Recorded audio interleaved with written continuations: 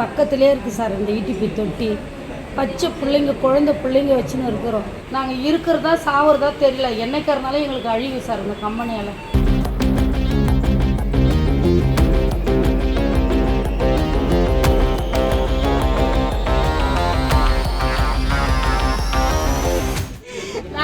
குடிச்சு விட்டு போட்டு கூட அதை காலி பண்ண வச்சுட்டாங்களே, இதெல்லாம் நியாயமா?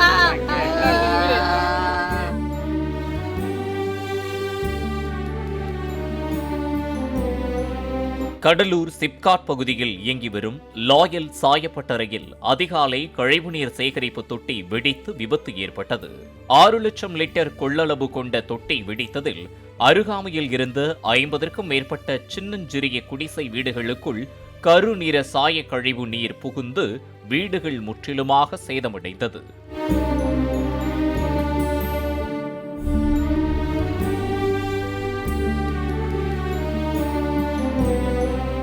வீடுகளின் இடிபாடுகளுக்குள் சிக்கியுள்ளவர்களை தீயணைப்புத்துறை ஊழியர்கள் மீட்டு கடலூர் மாவட்ட அரசு தலைமை மருத்துவமனையில் சேர்த்தனர்.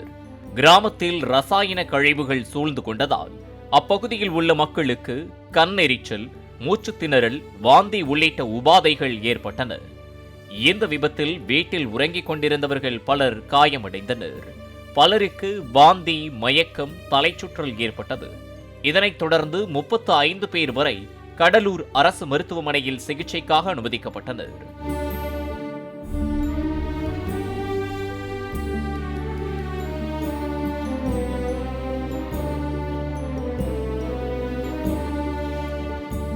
இந்த நிலையில் பாதிக்கப்பட்ட மக்கள் போராட்டம் நடத்துவதற்கு முன்பாகவே இந்த விபத்து தொடர்பாக கடலூர் வட்டாட்சியர் மகேஷ் தலைமையில் வட்டாட்சியர் அலுவலகத்தில் காவல்துறை துணை கண்காணிப்பாளர் ரூபன்குமார் மற்றும் தொழிற்சாலை தரப்பினர் இணைந்து பாதிக்கப்பட்ட மக்களுடன் அமைதி பேச்சுவார்த்தையில் ஈடுபட்டனர்.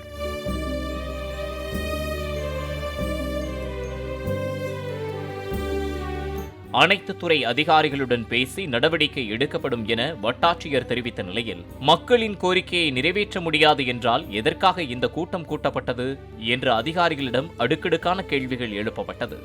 இதனையடுத்து அமைதி பேச்சுவார்த்தையில் எந்த ஒரு முடிவும் எட்டப்படாமல் ஒத்திவைக்கப்பட்டது.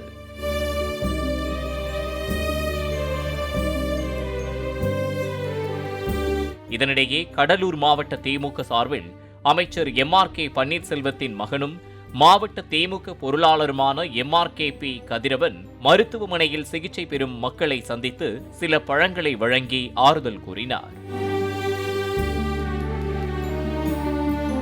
சம்பந்தப்பட்ட சாயப்பட்டறை சிப்காட்டிற்குள் முறையான அனுமதி பெற்று சரியாக அமைக்கப்பட்டிருந்தாலும் இந்த விபத்தினால் பலர் பாதிக்கப்பட்டதால் காவல்துறை நடவடிக்கை எடுக்க பரிந்துரைக்கப்பட்டது. விபத்திற்கு காரணமான சாயப்பட்டறை நிர்வாகம் மீது கடலூர் முதுநகர் போலீசார் 5 பிரிவுகளின் கீழ் வழக்கு பதிவு செய்து விசாரணை நடத்தி வருகின்றனர். அதன்படி விபத்து ஏற்படுத்துதல், நோய் ஏற்படும் விபத்து, சுற்றுச்சூழல் பாதிப்பு, அஜாக்கிரதையாக நடத்தல், சேதம் ஏற்படுத்துதல் உள்ளிட்ட பிரிவுகள் சேர்க்கப்பட்டுள்ளதாக போலீசார் தெரிவித்தனர். இரவில் அமைச்சர் CV கணேசன், மாவட்ட ஆட்சித்தலைவர் ஆதித்யா செந்தில்குமார் ஆகியோர் பாதிக்கப்பட்டவர்களை சந்தித்து ஆறுதல் கூறினர்.